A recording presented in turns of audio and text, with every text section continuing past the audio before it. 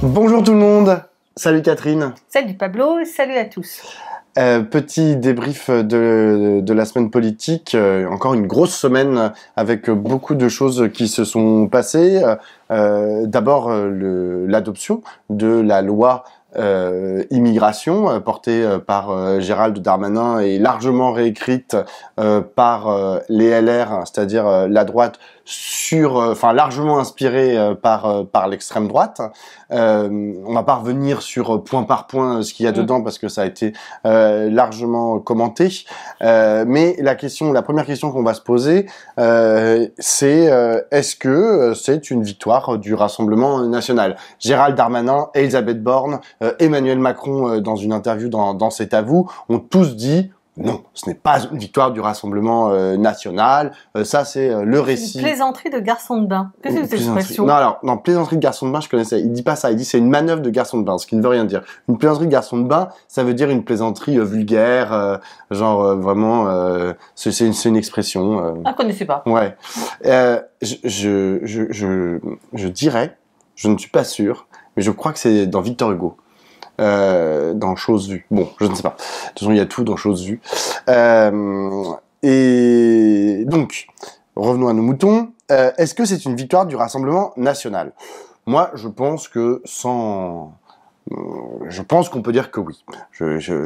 Toutes les propositions, beaucoup des propositions qui sont inscrites dans cette loi sont directement inspirées du programme présidentiel de Marine Le Pen, comme beaucoup l'ont rappelé, mais plus largement, l'inspiration générale de cette loi, c'est celle de l'extrême droite, c'est-à-dire c'est celle de considérer l'étranger comme étant un parasite, c'est considérer que ceux qui viennent sur notre territoire, il faudrait les en dissuader parce que nous ne pouvons pas les accueillir, et donc il y a quelques mesures en fait, parce qu'il faut quand même les noter parce que ça a été très mis en avant, notamment par Elisabeth Borne et Emmanuel Macron, la régularisation de quelques centaines ou quelques milliers de sans-papiers dans les métiers en tension.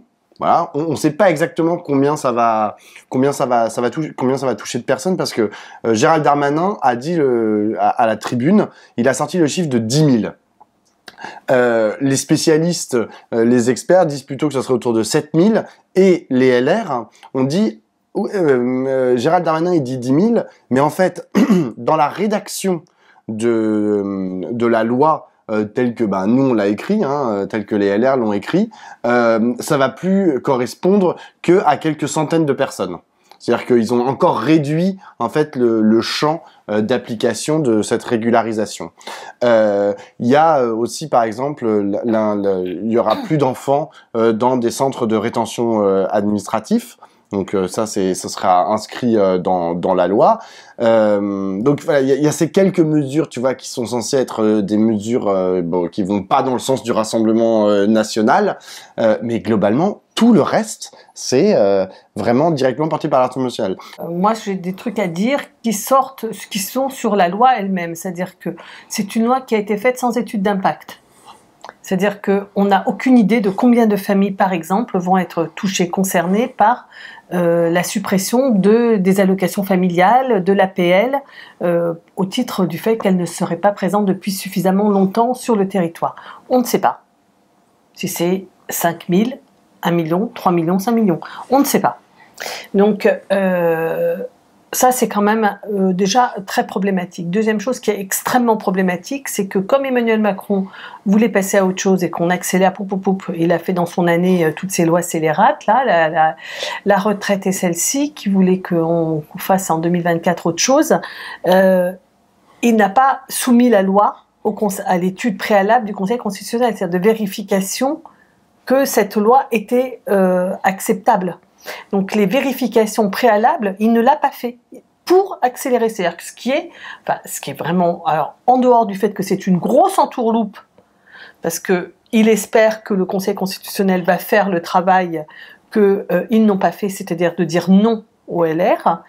ils ont accéléré la procédure, alors que ce n'est absolument pas comme ça que ça se passe habituellement. C'est-à-dire que véritablement, ils se fichent de la tête des parlementaires, du mode de fonctionnement du Parlement. Ça ne trompe pas grand monde, mais voilà, je voulais souligner ces deux points qui me semblent, du point de vue de la fabrication de la loi, vraiment extrêmement problématiques.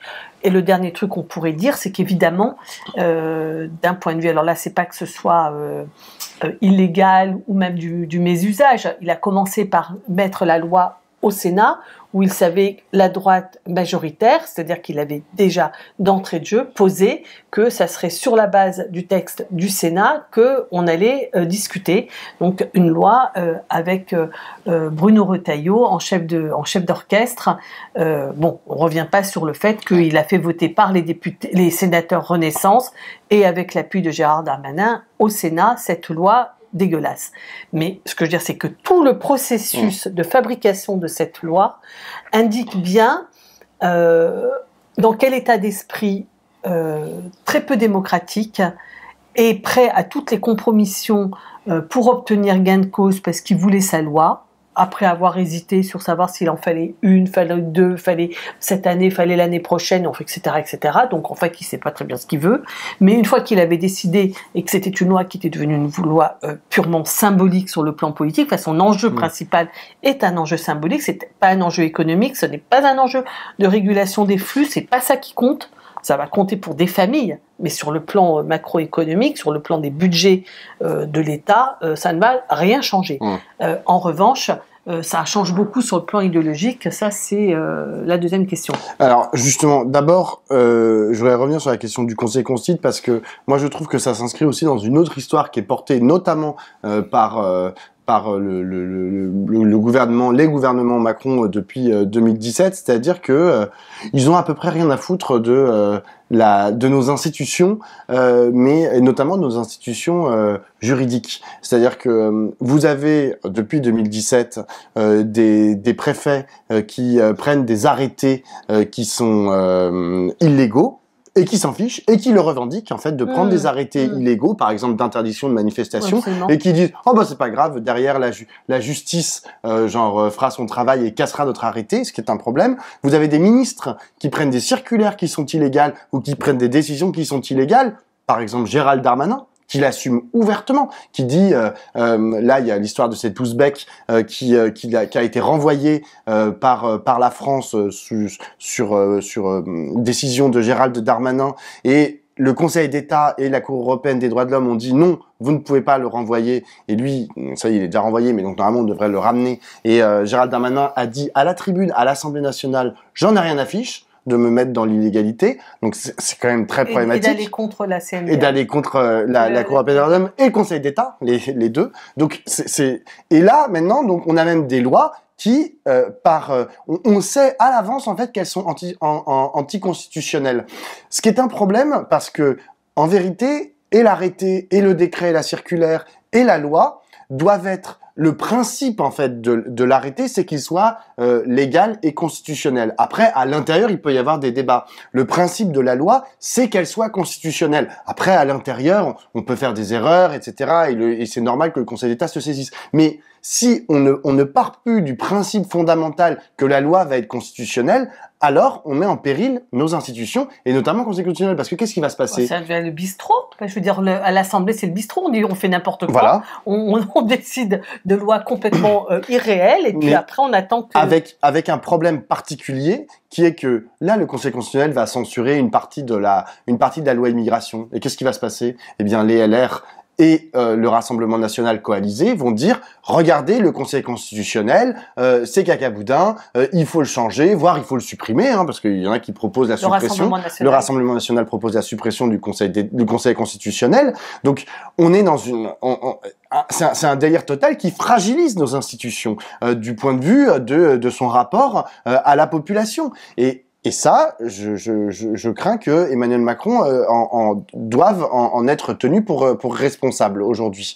La deuxième chose, c'est l'argument selon lequel, parce que je vais pas aller dans le sens de la Macronie qui défend cette loi, mais en gros, ce qu'ils disent, c'est ah bah oui, mais vous comprenez bien, vu que la population elle veut de la loi. Ils attendent une loi ferme, entre guillemets, hein, je reprends leurs mots, sur l'immigration. C'est normal, en fait, qu'on aboutisse à une loi ferme sur l'immigration.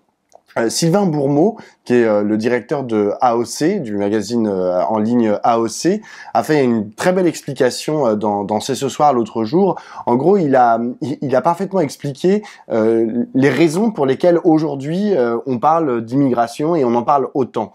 Et notamment de la dynamique politico-sondagière, en fait, qui s'est engagée maintenant il y a plusieurs années sur la question des migrations. C'est-à-dire que, en fait, on pose un parti politique, notamment l'extrême droite, pose dans le débat public une question. Derrière, les sondages, les instituts de sondage s'en saisissent et en fait en font des caisses, hein, parce que putain, des sondages sur l'immigration, mais il y en a toutes les 3 semaines, hein, enfin. Et donc ils font exister le sujet. Derrière, va y avoir une réponse médiatique qui va se saisir de ces instituts de sondage. Lui, il appelle ça des entreprises de sondage, et je pense qu'il a raison. Donc, ils vont se saisir de ce que font les entreprises de sondage pour en faire des sujets. Et ensuite, du coup, le Rassemblement national, la droite et l'extrême droite vont reprendre genre ce qui se passe dans les médias, et puis tout le monde va réagir dessus. Et puis voilà, et puis on crée ex nihilo un sujet d'où sont exclus, et c'est ça qui est aussi intéressant, les experts. Alors là, pour le coup, tu as parlé qu'il n'y avait pas d'études d'impact.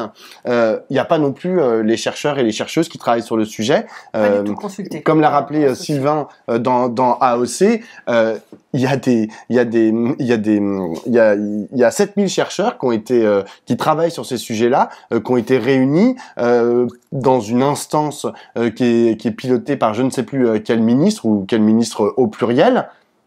Est-ce que tu crois qu'on les a consultés pour faire la loi? Mais rien du tout, quoi. C'est-à-dire que il y a on a l'impression que cette loi a été dictée donc par l'extrême droite et la droite, mais aussi par l'opinion publique telle que les sondages nous la donnent à voir. Ce qui est très problématique parce que je rappelle que dans les sondages, on répond à des questions que l'on ne se pose pas forcément et pas forcément dans les bons termes.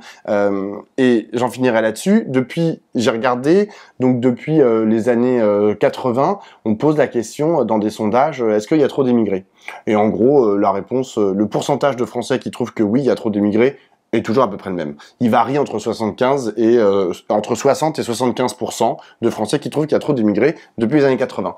Avec un pic dans les années 90. En 94, il y a un sondage, c'est 75% des Français trouvent qu'il y a trop d'immigrés. Aujourd'hui, on est plutôt à 60-65. Bon, voilà, qu'est-ce que tu veux dire? Enfin, je veux dire, c'est super, ils trouvent qu'il y a trop d'immigrés, donc il y a un problème de... Ah oui, parce que en même temps, les Français pensent aussi, aujourd'hui, qu'il y a... 30% d'émigrés en France, de personnes étrangères en France, alors qu'ils sont que 10%.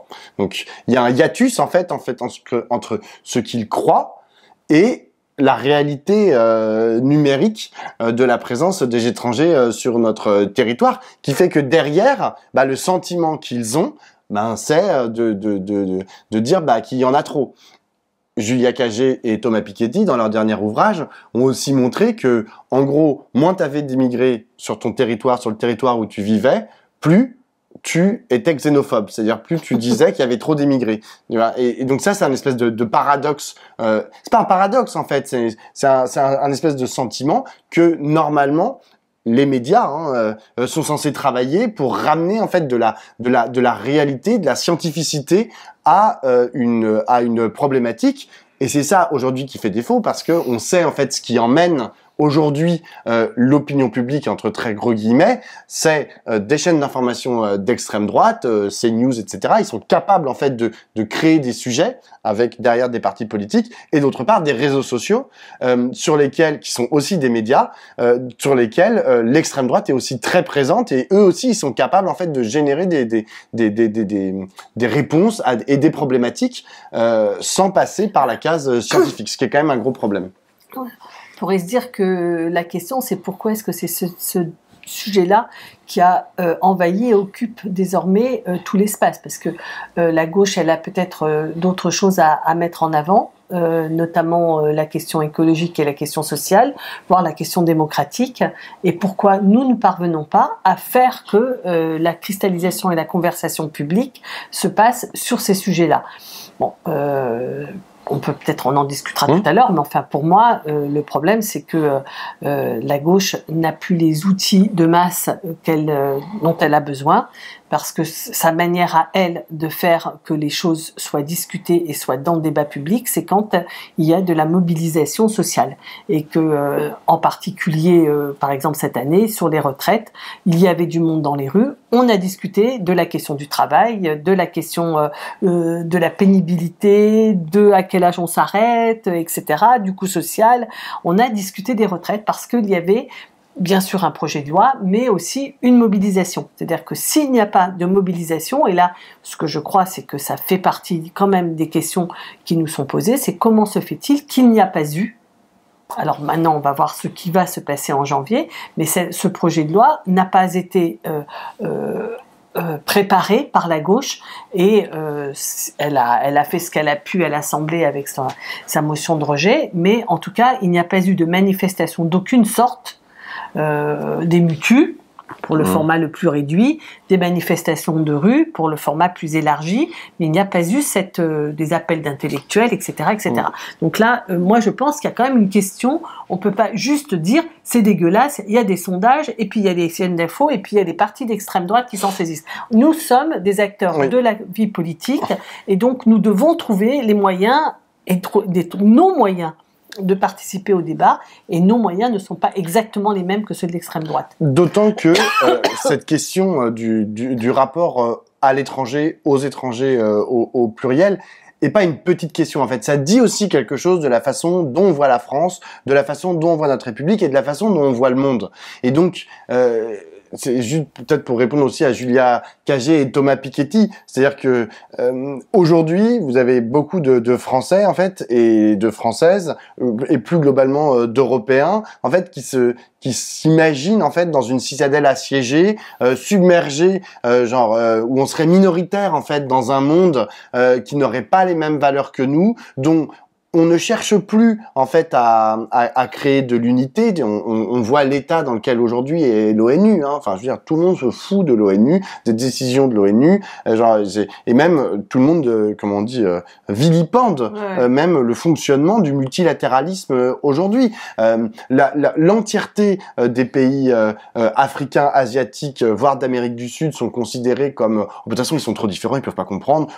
Pourquoi est-ce qu'on discutera avec eux? Tout ça, c'est genre, on tient tout à distance, etc. Et on se referme sur soi. C'est-à-dire que cette incapacité aujourd'hui à penser le monde et à offrir une perspective pour le monde participe aussi de la façon dont aujourd'hui des Français et des Françaises en deviennent xénophobes, quoi. C'est-à-dire que le monde nous effraie, donc les étrangers nous effraient. Exactement. Ouais, mais je suis tout et à donc fait c'est aussi à ça que la gauche doit s'atteler, c'est-à-dire à faire une proposition aussi pour le monde. Moi, je pense qu'elle s'est largement tue là dans l'affaire sur l'immigration, c'est parce que nous sommes sous la pression à la fois de les Français valident cette loi, etc. Et on pense. Et y compris à gauche, hein. Je veux dire, à chaque fois les sondeurs ils disent. Oui, la majorité, y compris des électeurs de gauche. De gauche, exactement. Des insoumis, des écolos et tout ça, valide le projet de loi Darmanin, Ciotti, Le Pen. Le problème, c'est que je pense que pour ça que j'adhère tout à fait à ce que tu viens de dire, c'est que la gauche pense qu'il faut parler d'autre chose. C'est-à-dire qu'elle croit. Alors, tout à l'heure, je disais, on n'arrive pas à mettre d'autres thèmes dans la conversation, alors que la question du pouvoir d'achat et la question de l'écologie, la question de la santé, enfin bref, il y a beaucoup de questions de l'éducation, il y a beaucoup de sujets qui intéressent les Français, et certainement que ça en fait partie, la question de l'immigration, mais que ce n'est pas le seul. Mais sur le sujet de l'immigration, on a tendance à vouloir le contourner. C'est-à-dire que nous n'avons pas de discours, on est comme acculés par le rapport de force très défavorable, et on ne construit pas un discours, ce que tu viens de dire sur le monde et sur la question des migrations. Alors c'est apparu un petit peu pendant la campagne des présidentielles, Mélenchon dans un revirement de position entre 2017 et 2022. On est passé, tu vois, d'une position qui était très républicaine, traditionnelle d'origine, à nouveau tropisme du côté de la France insoumise, à la bonne heure, hein, et sans doute aussi par le fait qu'ils ont des élus, des députés dans les banlieues et qu'ils se sont ouverts à de nouvelles réalités. Mais donc du coup maintenant, le concept est celui de la créolisation du côté de la France insoumise. C'est un début de propositions politiques sur qu'est-ce que c'est que l'immigration et en quoi c'est une façon positive de la nommer. En disant la créolisation, c'est une manière positive de la nommer, de nommer son apport à la société. Mais ce que je veux dire, c'est que c'est un bout un début de formulation. Pour l'essentiel, on en parle peu et on n'a pas grand-chose à en dire en dehors de cette grande idée généreuse et juste, hein, que moi je partage tout à fait. Voilà. Et je crois que, par exemple, que quelqu'un comme François Ruffin pense que on va pas s'en sortir et que ce qu'il faut, c'est ramener. Et c'était aussi la proposition de Cagé et Piketty, c'est qu'il faut ramener le débat sur le social. Moi, ma position, c'est que bien sûr que le social et l'écologie et la démocratie font partie des piliers d'un projet progressiste, mais qu'on ne s'en sortira pas si on ne parle pas du monde, si on ne parle pas donc des immigrés, et si on n'est pas capable de construire un discours positif. Et donc, je raconte un peu notre conversation à tous les deux. Le 21 février, Manouchian va être les cendres de Manouchian vont être ramenées du Mont Valérien au Panthéon sur initiative d'Emmanuel Macron, président de la République, acteur majeur dans cette loi dégueulasse. Moi, je crois que le 21 février, ce serait bien que ça ne se passe pas, que ce soit pas lui qui, en plus de toutes les saloperies qu'il nous fait, endosse le costume de celui qui met en honneur la MOI, la main-d'œuvre immigrée, ouvrière immigrée, qui s'était organisée pour mener la résistance armée contre l'occupant nazi. Et que donc Isaac Manouchian doit être un nom connu, doit être un nom reconnu de tous, et aujourd'hui ce n'est pas certain qu'il le soit tant que ça. Finalement cette histoire elle est peut-être connue que de cercles trop étroits, et que c'est quand même une manière de raconter l'engagement d'immigrés dans la lutte contre l'extrême droite. Moi je trouverais bien que le 21 février, comme on a emmené par millions, je crois qu'il y avait 1 million de personnes qui ont emmené Victor Hugo au Panthéon. Je ne sais pas si on peut être 1 million, mais en tout cas, on peut être très nombreux à accompagner Isaac Manouchian, et que c'est pas Emmanuel Macron qui met Isaac Manouchian au Panthéon, c'est nous, la France, qui mettons Isaac Manouchian au Panthéon au titre de notre reconnaissance pour les immigrés qui se sont battus contre le nazisme et pour la France libre. Voilà. À bon entendeur. Non, mais je dis ça parce que c'est à propos de cette histoire de qu'est-ce que c'est que prendre une initiative politique. C'est-à-dire que ça ne peut pas être simplement de mettre des pancartes dans l'Assemblée. Je n'ai rien contre le fait de brandir des pancartes liberté, égalité, fraternité. C'est tout à fait juste. Faire la motion de rejet, moi je suis d'accord avec le fait qu'ils aient fait une motion de rejet. Ça leur a été beaucoup contesté. Moi je pense qu'ils ont eu raison d'utiliser les armes de l'Assemblée. Mais la politique ne se résume pas à ce qui se passe au sein de l'Assemblée. Elle doit être en articulation, en relation avec ce qui se passe dans le pays. Et il faut nous donner à nous tous citoyens des moments où on peut être présent, où on peut dire « Moi, je n'ai pas pu dire mon opposition à cette loi ». Enfin, j'ai pu la dire là, à regard, mais dans la rue, nous n'avons pas eu... Il y a eu des mobilisations, mais qui étaient des toutes petites mobilisations. Moi, j'y suis allé... oui, mais le soir même, et oui, non, mais je veux dire, c'est spontané, tu vois, je te parle d'un rendez-vous dans lequel tout le monde est appelé à venir. La CGT est en train de prévoir un grand rassemblement. Oui. Sophie Binet a parlé de mobilisation. Oui, voilà. C'est ça qui est en train de s'organiser. Mais c'est vrai que ça va être fait au mois de janvier. Évidemment, ça peut pas être fait maintenant. Ça va être fait au mois de janvier. Mais ce que je veux dire, c'est que comment faire pour peser dans le débat public? Il faut pas s'attendre à ce que ce soit à travers les mêmes ressorts que ceux de l'extrême droite. Nous devons avoir nos propres ressorts et s'imaginer que parce qu'on est super fort sur Twitter, parce qu'on a plein de mecs qui vont aller sur Twitter parler, etc., mettre un like, transférer, parler, être suivi ou je sais pas quoi. Mais non, ça, je dis pas qu'il faut pas le faire, mais nos façons à nous de mener les combats ne peuvent pas être, on ne peut pas ne pas réfléchir au fait que dans les premiers acteurs politiques sur Twitter, les 4 premiers sont 4 insoumis. Mélenchon, Boyard, Guiraud et Léaumont. Les 4 premiers sont 4 insoumis. Mais est-ce que ça fait est-ce que ça fait la rue Michel? Non, ça fait pas du tout la rue Michel. Ça, d'abord, ça ne convainc pas forcément, et ça ne suffit pas du tout. Ça fait une voix qui s'entend, mais ça ne. Bien. Oui, mais dans un certain espace. Dans un certain espace et sous un certain format, qui est un format Twitter relativement court, dans lequel ce qu'il faut, c'est avoir le bon coup de mots, le bon argument trash, machin, bidule, et ça ne fait pas. Ce que tu comptes pour si tu l'as vu, ou si tu l'as liké, ou si tu l'as forwardé. Mais je veux dire, non, c'est pas ça, être acteur, d'être citoyen. C'est beaucoup plus que ça. Je dis pas que les 4 qui agissent sur Twitter ne doivent pas le faire, mais ça ne peut pas nous rassurer sur notre influence et notre manière d'organiser l'espace public. Il n'est pas résumable à Twitter, même si tu mets Instagram et je sais pas quoi encore, et TikTok. Voilà. C'est tout à fait juste. Peut-être qu'on peut dire un mot avant de parler un peu de la Macronie et des LR, hein, qui sont un peu...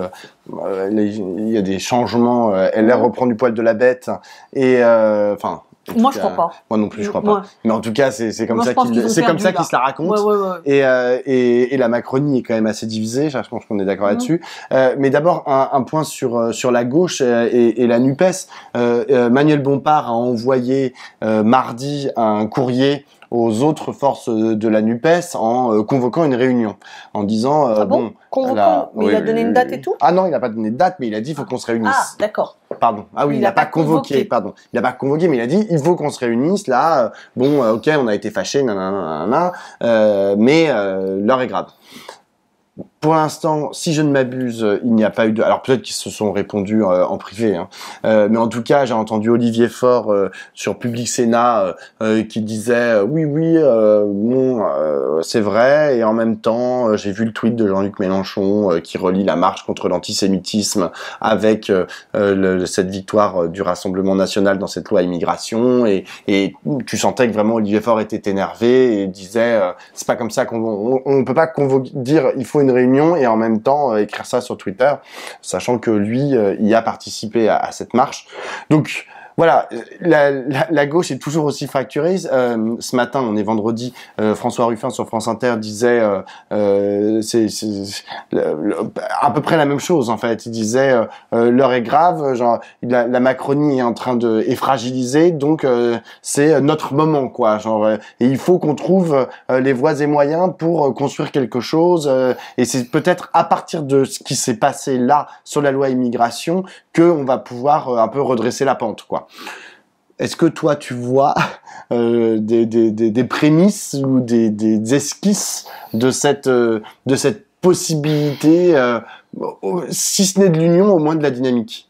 De la dynamique de mobilisation, moi je pense, mais en l'occurrence tout à l'heure tu l'as dit, c'est plutôt la CGT qui est en train d'essayer de rassembler les forces, donc c'est plutôt pas dans l'espace politique que c'est en train de se faire, de rassembler la gauche sociale, politique, culturelle, etc. pour s'opposer à cette loi.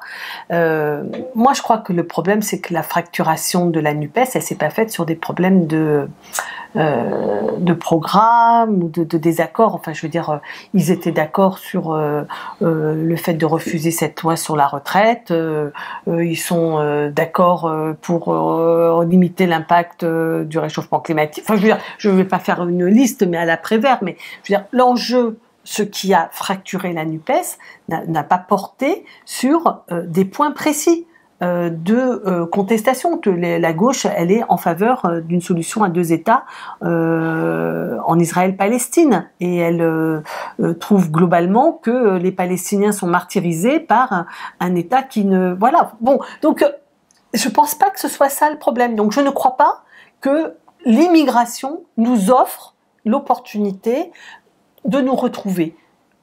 Sans doute qu'on va se retrouver, encore une fois, à l'initiative des syndicats et des associations qui vont prendre rendez-vous pour le mois de janvier. Le problème, c'est un problème politique qui doit être résolu dans l'espace politique, c'est-à-dire, est-ce qu'on est capable de construire un espace où il n'y a pas une personne qui écrase tout, où toutes les forces politiques ont droit à leur existence, et troisièmement, où on peut éventuellement remettre sur le tapis un certain nombre de réflexions, parce que le fait de mettre sous le tapis, de cacher éventuellement des désaccords et de s'en tenir à l'accord de juin 2022, par exemple, ça a eu pour effet de nous empêcher pendant la campagne de la bataille sur les retraites.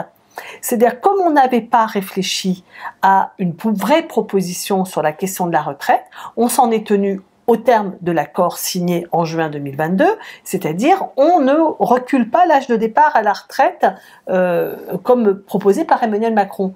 Mais les socialistes et d'une part socialistes, écologistes, je ne sais même pas ce qu'ils pensaient, mais socialistes d'une part et communistes et insoumis d'autre part, n'étaient pas d'accord sur la retraite à 60 ans.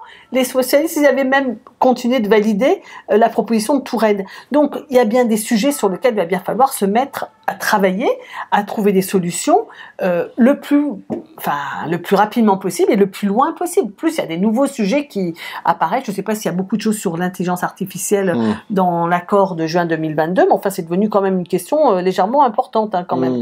Bref, ce que je veux dire, c'est que ce que je crois qui a fracturé la NUPES, c'est un mode de fonctionnement hégémonique de la France insoumise sur le reste de la gauche, que ce mode de fonctionnement ne peut pas être, et que si on n'arrive pas à bouger, si on n'arrête pas de s'insulter par voie de presse ou pas, ça ne pourra pas repartir. Voilà.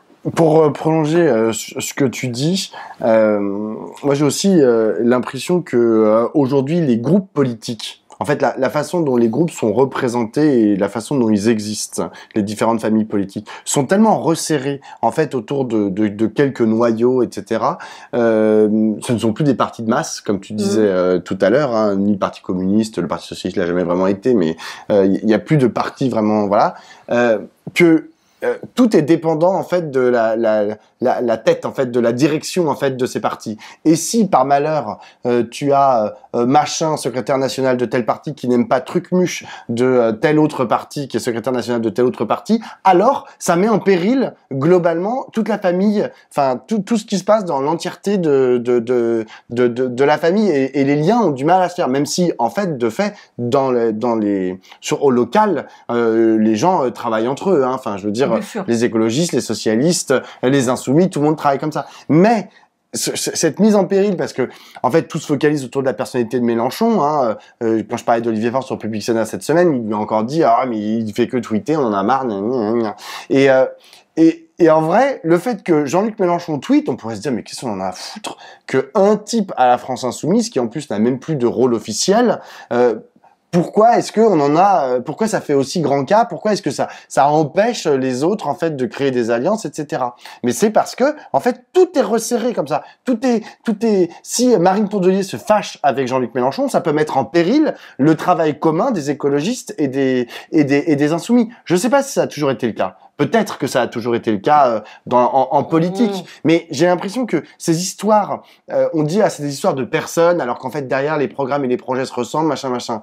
Mais ce que ça montre, le fait qu'aujourd'hui nos querelles intestines à gauche soient souvent des querelles de personnes, ça montre la faiblesse en fait de nos structures politiques qui n'arrivent pas en fait à dépasser juste la réunion où ils se réunissent à 40 de communistes, écolos, insoumis et socialistes dans une salle, et t'as l'impression que c'est eux qui font la pluie et le beau temps en permanence. Mais c'est pas possible. Dedans il y a des militants, et s'il y avait des dizaines de milliers voire des centaines de milliers de militants, ça se passerait autrement. Ils seraient tributaires. C'est-à-dire que le Jean-Luc Mélenchon, le Manuel Bompard, la Marine Tondelier et le Fabien Roussel, ils doivent être comptables de ce que leurs militants font. Et aujourd'hui, ils ne le sont pas parce que voilà, il y a une espèce de vase clos, j'ai l'impression, autour de l'Assemblée nationale, pas très loin de la place du Palais Bourbon, qui empêche en fait que vraiment la mayonnaise prenne. Non, mais ça, c'est tout à fait certain qu'il y a un rétrécissement de la vie politique de gauche autour des groupes à l'Assemblée,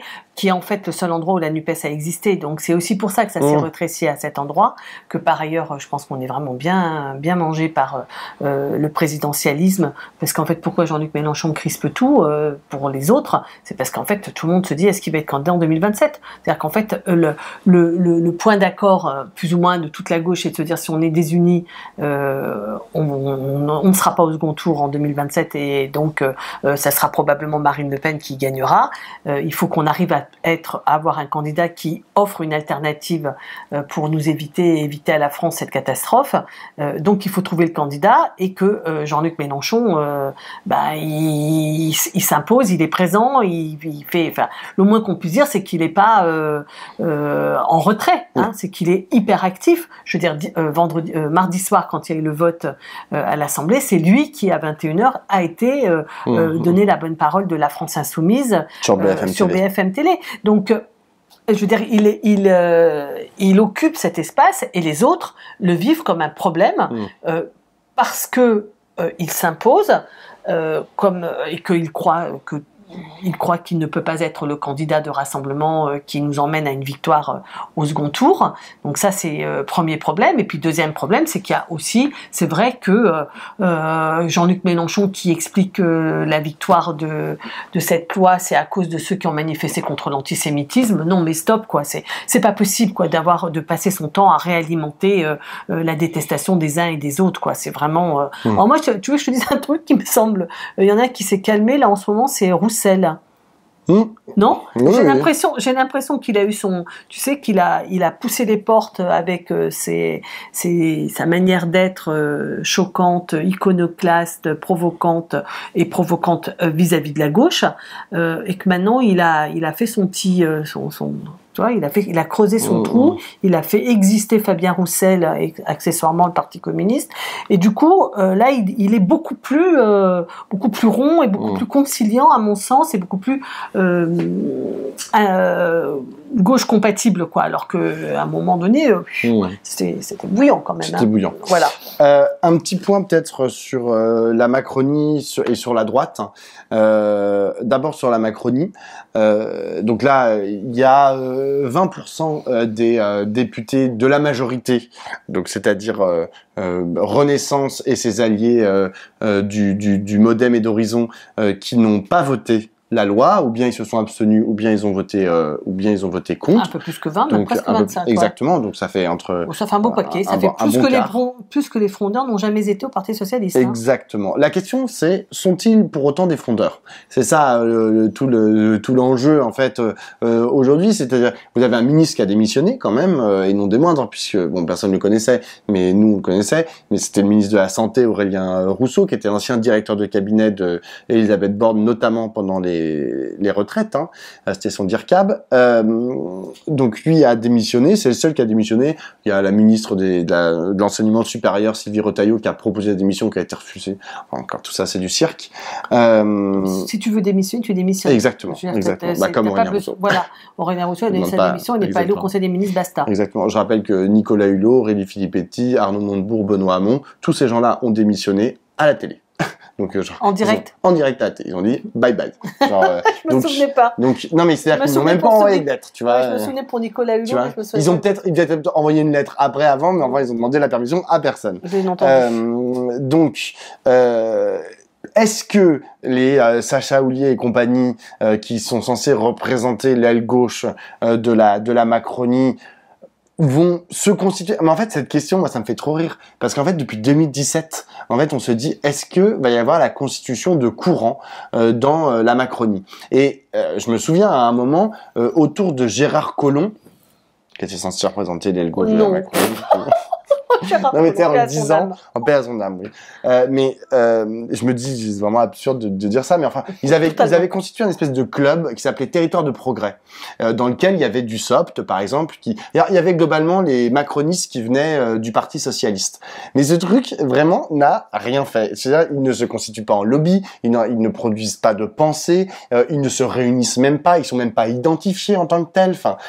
Et donc, tu te dis, là, tout le monde est en train, dans les médias mainstream et tout, sur BFM et compagnie, tu vas dire, oui, ils vont peut-être se constituer en force, machin. Moi, je pense que, hélas, ils payent aujourd'hui ils ont un problème, en fait, ces députés macronistes. Même s'il y en a, je pense qu'ils sont sincères, hein, lorsqu'ils ont voté contre, tu vois, ils se sont vraiment dit, bah non, c'est pas possible. Moi, Nadia Hay, qui est une députée macroniste, qui est descendante d'émigrés marocains, elle l'a très bien dit, elle a expliqué pourquoi elle ne voulait pas et elle ne pouvait pas voter cette loi et elle a voté contre. Je la crois sincère en fait dans ses convictions et dans l'expression de ses convictions. Le seul truc c'est que je vois pas ce qu'elle en fait. Enfin, c'est-à-dire que derrière, est-ce que ça fait système ou pas? Voilà. C'est ça la question.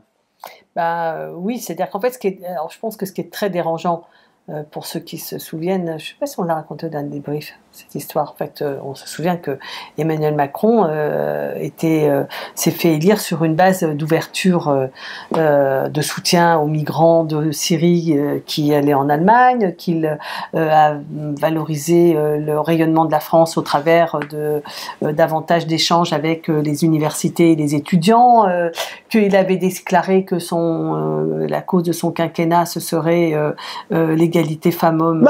Voilà. Non mais. Alors là, avec Depardieu, il fait. Non mais ce que je veux dire, c'est que le problème de Emmanuel Macron, c'est que il était apparu au départ comme je sais pas un anti-Valls.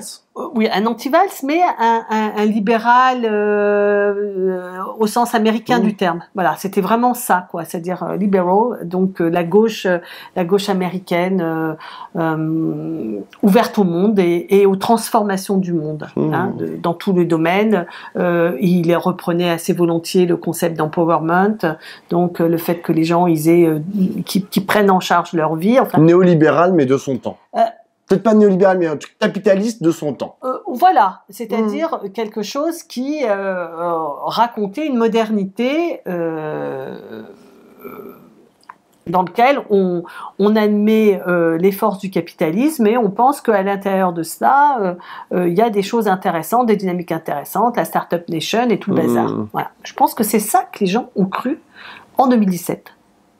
Et que le problème, c'est que cette Macronie dite de gauche, alors d'abord, elle n'était pas si... dedans, je veux dire, quand même, Manuel Valls soutient Emmanuel Macron en 2017. Collomb, comme tu le rappelles, qui était quand même un fameux droitier bien dégueu, c'est valsiste à mort, quoi, lui aussi. Donc, dans les socialistes, je veux dire, les socialistes qui ont soutenu Emmanuel Macron, il y avait une partie qui était pas du tout des libéraux, qui était plutôt des autoritaires, voilà, et qui avait bien identifié dans Manuel Valls une possibilité, de ce point de vue, de continuer d'exercer le pouvoir à la Blair, à la Tony Blair en fait, un peu ça, quoi. Mais il y avait une partie qui n'était pas ça. Il y avait une partie qui réellement pensait que Emmanuel Macron, il était banlieue friendly, gay friendly, nana friendly, etc., etc. Tout ça c'est rien, quoi. Tout ça c'est du bidon. Non mais c'est l'idée aussi que c'était un philosophe, tu sais. Non mais il y a quand même beaucoup qui a été raconté sur le fait que qu'il avait une formation de lettré, que donc ça renouait avec un peu quelque chose, une ambition d'un projet. Mais attends, un sketch, ce type est un naze politique. Alors là, franchement, il met son courant cul par-dessus tête, et que par ailleurs, il n'a pas de conviction. Ce que je veux dire, c'est que absolument, dire l'égalité femmes-hommes sera le cœur de mon quinquennat et venir défendre Gérard Depardieu dans des termes épouvantables. Mais après avoir fait Nicolas Hulot, on s'est parlé entre hommes, les yeux dans les yeux. Ben, je veux dire, il a défendu quand même, et Gérard Darmanin, enfin, il a défendu tous les mecs qui ont été mis en cause dans des affaires de domination sexuelle. Il les a tous défendus, sans jamais prendre position pour les femmes qui ont été victimes, qui ont porté plainte. Tu me disais tout à l'heure qu'il y a une des femmes qui avait porté plainte contre Gérard Depardieu et qui s'est suicidée. Donné la mort. Donc non, mais jamais il n'en parle. Et tout son logiciel, ce dont on se rend compte, d'abord, que c'est un masculiniste, ça, de toute façon, ça se voit, il y a qu'à voir son entourage. Deux, que c'est un autoritaire comme c'est pas permis. Je veux dire, les grandes idées qu'ils ont quand même pour l'école, c'est de mettre en coupe réglée les mômes. C'est quand même ça, leur réponse aux résultats catastrophiques de PISA, c'est de nous emmerder avec leurs uniformes. Donc, on va remettre l'autorité avec soi-disant un retour à uniforme qui n'a jamais existé en France. Donc on re-raconte une histoire qui les pote d'ailleurs avec De Villiers qui raconte des histoires mythifiées de la France, et lui il fait la même chose. C'est-à-dire que en fait, je pense que c'est quelqu'un qui a un fond personnel, un fond de sauce extrêmement de droite. Mais la question, il y a une question en fait qui. Donc est-ce que ça va faire système? En tout cas pour moi ça commence à faire système. C'est-à-dire que si tu veux, moi je pensais que j'étais pas d'accord avec lui parce que je pense que j'étais pas d'accord avec son néolibéralisme, mais je ne pensais pas que c'était un masculiniste, que c'était un autoritaire comme ça, autoritaire antidémocratique, parce que tous ces petits mecs là qui viennent de faire les petits rigolos là qui viennent dire on va démissionner, mais tu vas voir comment ils vont continuer de pouvoir prétendre et exprimer un désaccord, ils vont tous se faire jarter. Il a humilié Rima Abdul-Malak, la ministre de la Culture, en prenant le contre-pied de ce qu'elle avait dit sur Gérard Depardieu et en lui tapant, enfin là pour le coup ce qu'il a dit directement quoi, il lui a envoyé ce qu'on appelle un scud. Oui, donc il n'est pas le seul homme puissant à attaquer une femme, voilà. Mais non mais il y a un truc. Vous regarderez la semaine dernière si vous voulez. Il y a un truc aussi dans Emmanuel Macron, c'est que là quand même, et par rapport à son électorat, c'est-à-dire que en prenant ce type de position, comme tu l'expliques très bien, à la fois sur l'immigration, sur les femmes, etc. En fait, là, au bout d'un moment, nécessairement, il va perdre une partie de son électorat. C'est-à-dire que il a commencé à le perdre. Il a commencé à le perdre. C'est-à-dire que l'électorat, tout le monde le raconte, c'est que l'électorat a switché. Non mais un électorat qui venait de la gauche et maintenant c'est un électorat qui vient de la droite. Oui, mais qui vient de quelle droite? Enfin, parce que là, on est vraiment sur la droite qui défend Gérard Depardieu.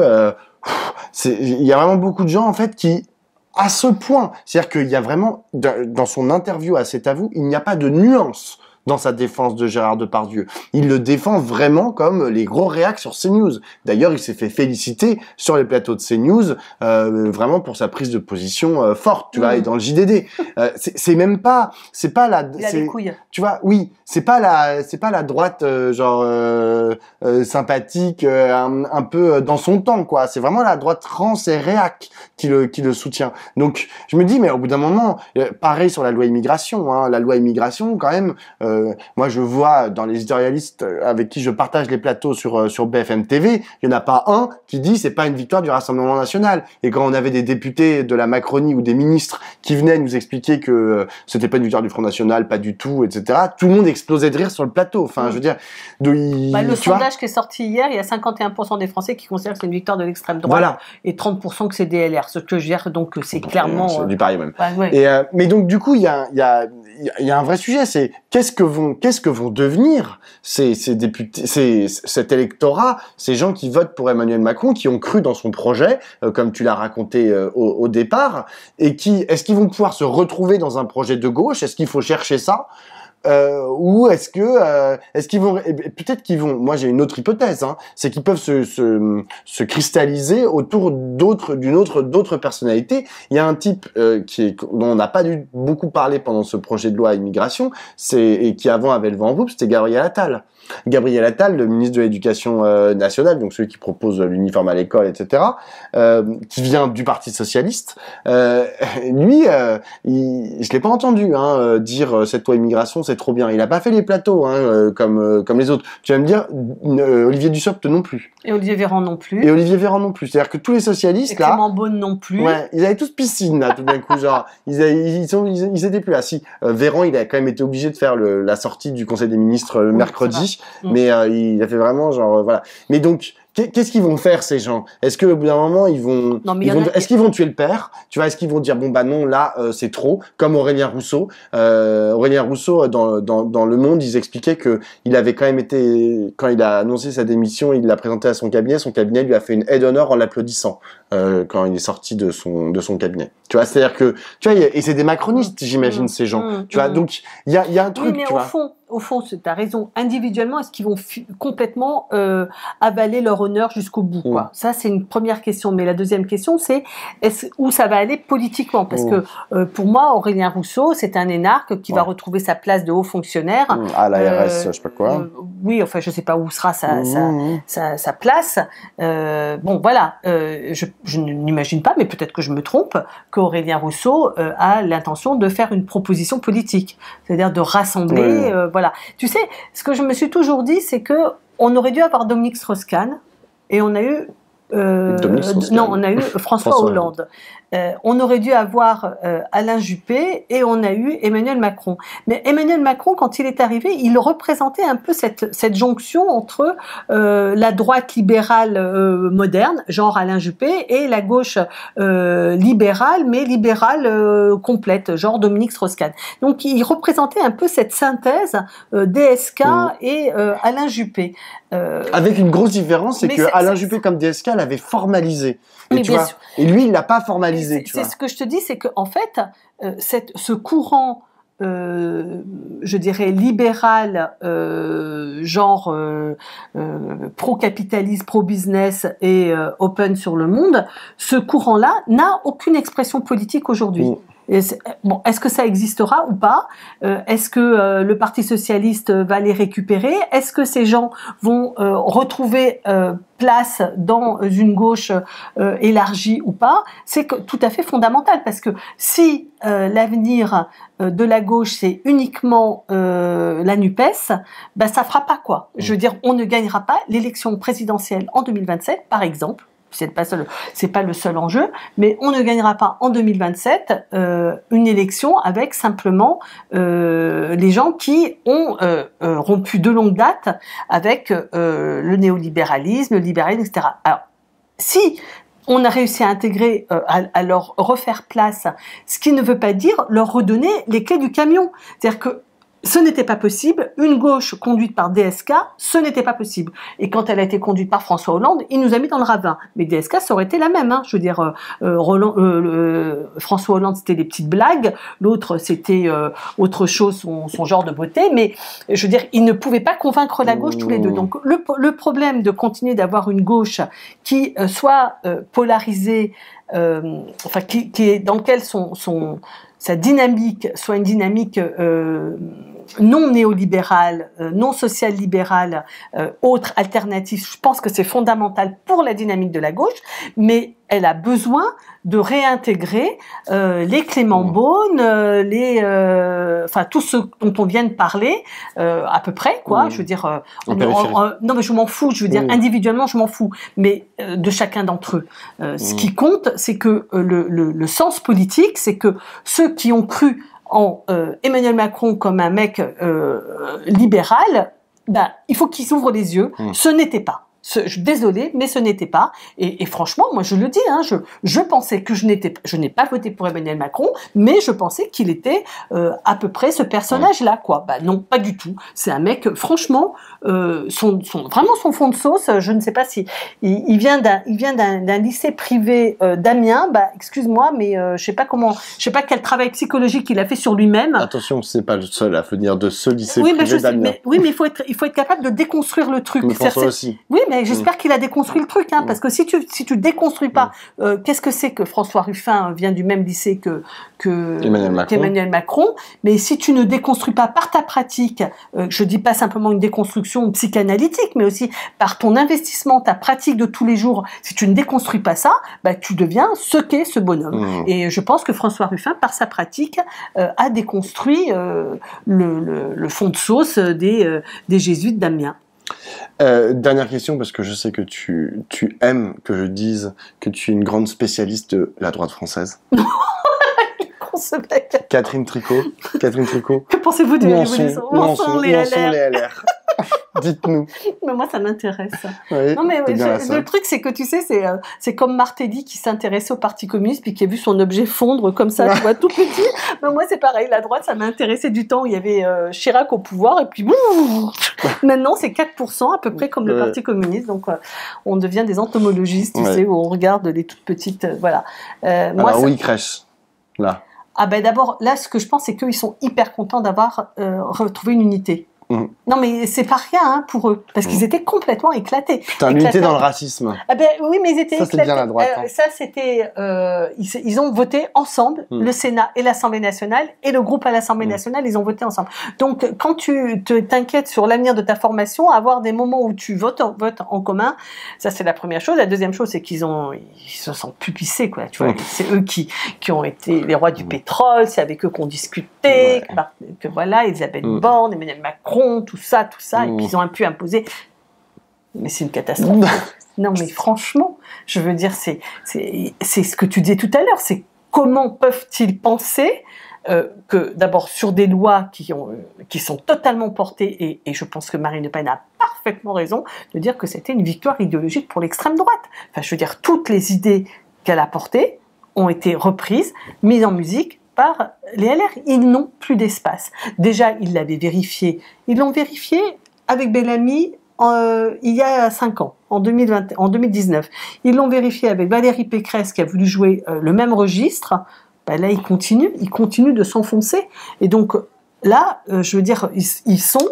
Pour moi, c'est fini. Les LR, c'est vraiment la victoire, c'est le chant du cygne. Quoi. C'est-à-dire que... Et j'aime pour aller dans ton sens, moi, ce qui m'a... Et par ailleurs, ils sont cocus comme c'est pas possible, quoi. Parce que, je veux dire, ils votent un truc. Alors, ce qui est intéressant, c'est qu'évidemment, ils savaient que ça allait être détricoté par le Conseil d'État.